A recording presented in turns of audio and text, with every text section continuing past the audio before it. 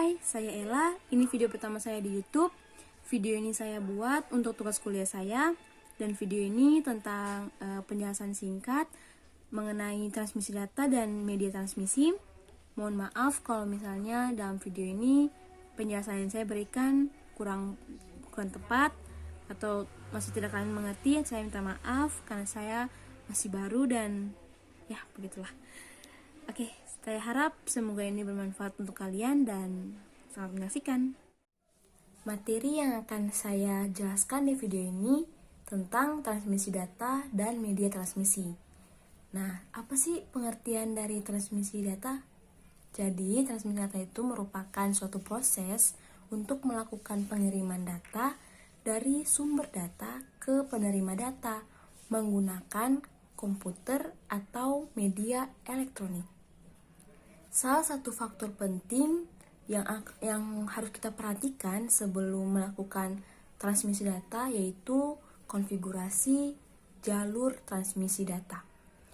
Nah, konfigurasi jalur transmisi data ini adalah cara menghubungkan perangkat-perangkat yang nantinya akan melakukan komunikasi. Nah, konfigurasi jalur transmisi data ini dibedakan menjadi dua bagian. Yang pertama disebut sebagai point-to-point dan yang kedua disebut sebagai multi-point. Konfigurasi point-to-point untuk menghubungkan secara khusus dua piranti yang akan berkomunikasi. Sedangkan multi-point atau konfigurasi multi-point itu digunakan atau untuk menghubungkan sebuah jalur yang memungkinkan banyak banget piranti untuk berkomunikasi secara bersamaan. Nah, sekarang yang akan kita bahas berikutnya tentang jalur transmisi data. Kalau yang tadi kan tentang konfigurasi jalur transmisi data. Kalau yang ini tentang jalur transmisi data. Tidak pakai konfigurasi. Nah, jadi jalur transmisi data ini adalah bagaimana sebuah alat atau suatu alat dapat mengirimkan informasi dengan peralatan lainnya. Jalur transmisi data ini terbagi atas 3 bagian. Yang pertama yaitu unicast, yang kedua multicast, dan yang ketiga itu broadcast. Nah, multicast ini adalah kontak informasi yang terjadi antar satu alat dengan alat lainnya. Contohnya itu seperti telepon. Nah, ketika satu telepon menghubungi telepon lainnya, maka yang dapat berkomunikasi hanya dua telepon tersebut saja. Nah, sedangkan untuk multicast ini adalah proses komunikasi yang terjadi antar satu alat dengan alat lainnya, di mana masing-masing alat yang terhubung dapat berkomunikasi dengan alat yang menghubunginya. Contohnya adalah server yang ada pada internet, di mana server tersebut melayani beberapa komputer yang menghubunginya, dan komputer yang dihubungi itu memberikan respon balik kepada server yang menghubunginya itu. Jadi ada respon balik antara si penerima dan si pengirim. Sedangkan yang ketiga yaitu broadcast. Broadcast ini kebalikan dari multicast. Jadi broadcast ini merupakan proses pengiriman informasi dari satu alat ke alat lainnya. Lalu alat yang menerima informasi tidak perlu untuk memberikan respon balik terhadap si pengirim tentang informasi yang dia terima. Jadi kalau tadi multicast itu dia bisa untuk memberikan respon balik kepada si penerima tentang informasi yang didapat, tapi kalau broadcast ini tidak perlu lagi memberikan respon balik kepada si pengirim tentang data atau informasi yang dia terima. Nah, contohnya ini adalah stasiun pemancar televisi atau pengiriman email melalui mailing list. Yang akan kita bahas selanjutnya yaitu media transmisi. Nah, media transmisi ini adalah media yang digunakan untuk menghubungkan antara pengirim dan penerima informasi atau data, tetapi karena jarak yang jauh, maka data itu atau informasi itu akan terlebih dahulu dirubah menjadi kode atau isyarat. Nah, nantinya isyarat atau kode yang dirubah itu akan dimanipulasi dengan berbagai macam cara untuk kembali lagi diubah menjadi sebuah data.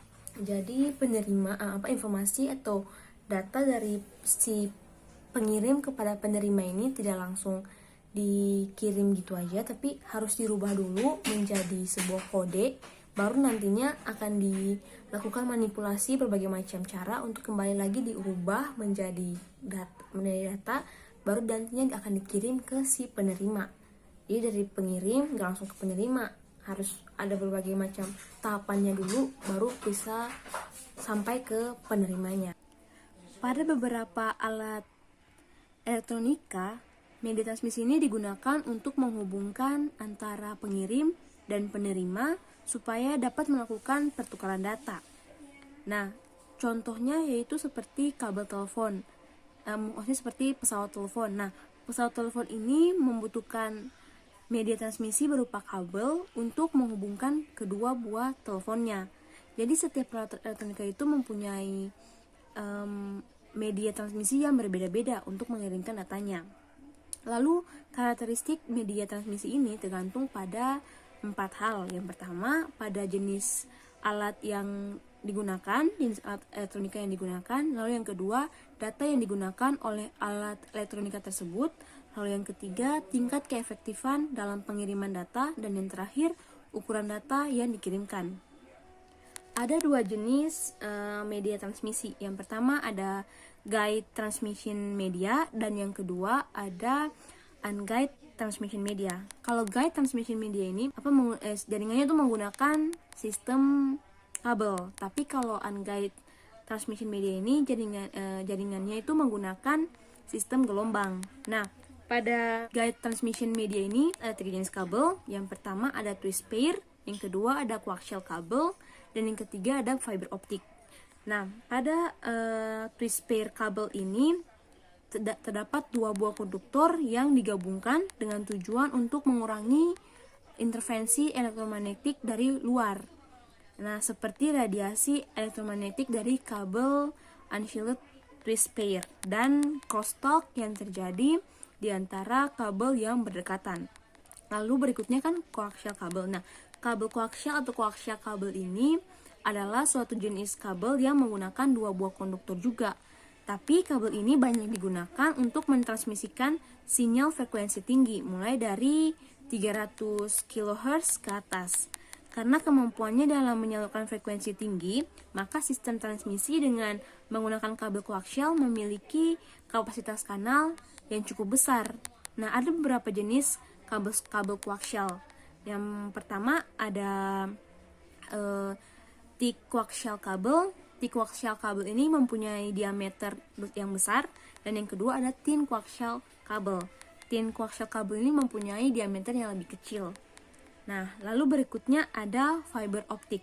Fiber optik atau biasa dibilang serat optik adalah saluran transmisi yang terbuat dari kaca atau plastik yang digunakan untuk mentransmisikan sinyal cahaya dari satu tempat ke tempat lain.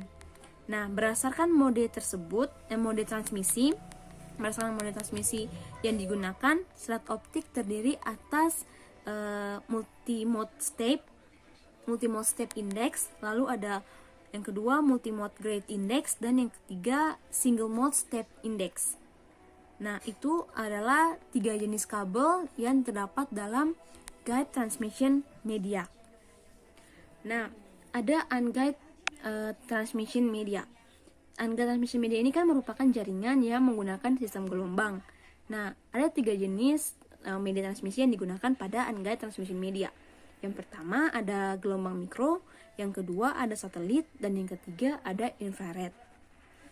Nah, gelombang mikro merupakan bentuk gelombang radio yang beroperasi pada frekuensi tinggi. Dalam satuan gigahertz. Nah, gelombang mikro ini banyak digunakan pada sistem jaringan MAN, warnet, dan penyedia layanan internet. Keuntungan yang didapat ketika menggunakan gelombang mikro adalah akuisisi antar menara tidak begitu dibutuhkan.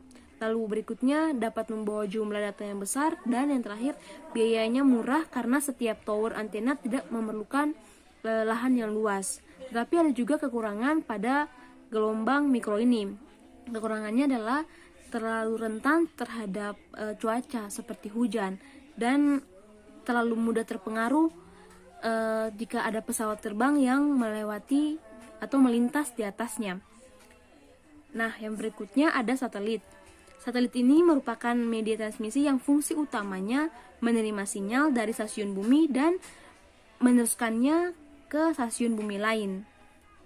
Hal ini menyebabkan posisi satelit akan relatif stasioner terhadap bumi apabila satelit tersebut mengorbit di atas khatulistiwa. Nah, pada prinsipnya, dengan menempatkan 3 buah satelit pada posisi yang tepat, dapat menjangkau seluruh permukaan bumi. Ada keuntungan yang bisa kita dapatkan dari menggunakan satelit, yaitu pertama lebih murah dibandingkan dengan menggelar kabel antar benua. Lalu yang kedua, dapat menjangkau permukaan bumi yang luas, termasuk daerah terpencil dengan populasi rendah. Lalu yang ketiga, meningkatnya trafik telekomunikasi antar benua membuat sistem satelit cukup menarik secara komersial. Tapi ada juga kekurangannya. Nah, kekurangannya adalah yang pertama, keterbatasan teknologi untuk penggunaan antena satelit dengan ukuran yang besar. Lalu yang kedua, biaya investasi dan asuransi satelit yang masih mahal. Nah, berikutnya ada infrared. Nah, infrared ini biasanya digunakan untuk komunikasi jarak dekat dengan kecepatan 4 MB per second. Dalam penggunaannya untuk pengendalian jarak jauh, misalnya remote control televisi, serta alat elektronik lainnya. Nah, keuntungan yang didapatkan dalam menggunakan infrared yaitu 1. Kebal terhadap interferensi radio dan elektromagnetik. 2. Infrarednya tuh mudah dibuat dan murah. Jadi infrared itu mudah dibuat dan murah. Lalu yang kedua, instalasinya juga mudah. Dan yang keempat, mudah dipindah-pindahkan. Serta yang paling penting, keamanannya lebih tinggi daripada gelombang radio. Tapi ada juga kelemahan dalam infrared ini. Kelemahannya yaitu jaraknya terbatas, lalu tidak dapat menembus dinding dan harus ada lintasan lurus dari pengirim dan penerima. Tidak dapat digunakan di luar ruangan karena akan terganggu oleh cahaya matahari. Sekian dari penjelasan singkat mengenai transmisi data dan media transmisinya. Semoga bermanfaat dan sampai jumpa di video berikutnya. Dadah!